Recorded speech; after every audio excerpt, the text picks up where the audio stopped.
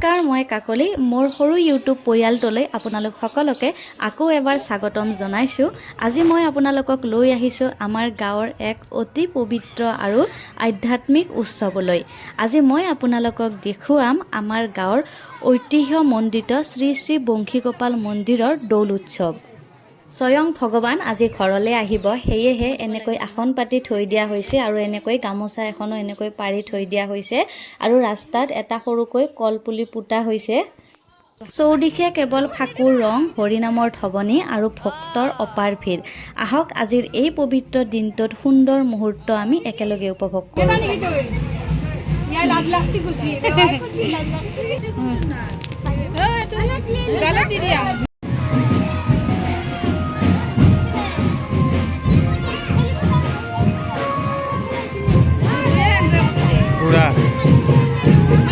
এইফালে যাওঁ, এইফালে যাওঁ।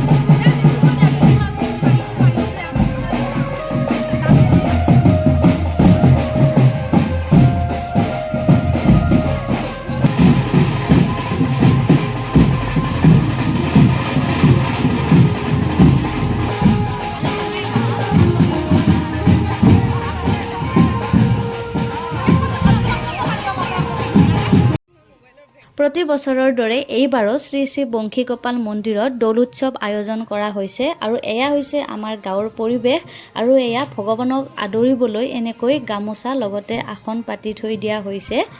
গাঁৱৰ প্ৰত্যেক ঘৰ মানুহৰ ঘৰলৈ ভগৱানক লৈ যোৱা হ'ব।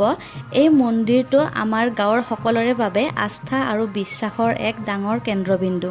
আপোনালোকে দেখিবলৈ পাইছে কেনেকৈ গাঁওবাসীয়ে উলাহেৰে নাচি বাগি আছে আৰু এইখিনি দৃশ্য হৈছে আটাইতকৈ মুখ্য আৰু আকৰ্ষণীয় ভাগ।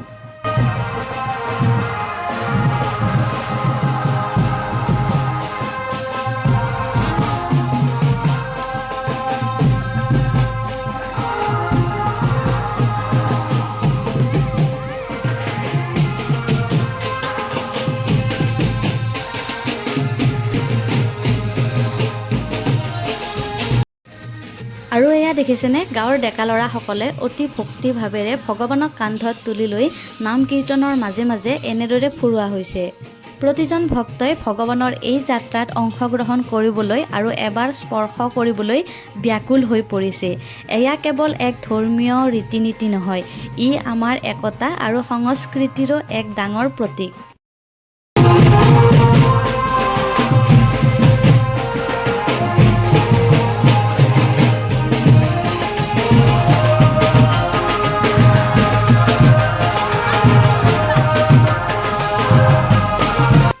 ঢোল, তাল আৰু খোলৰ শব্দত গোটেই গাঁওখন উখল মাখলেৰে ভৰি পৰিছে।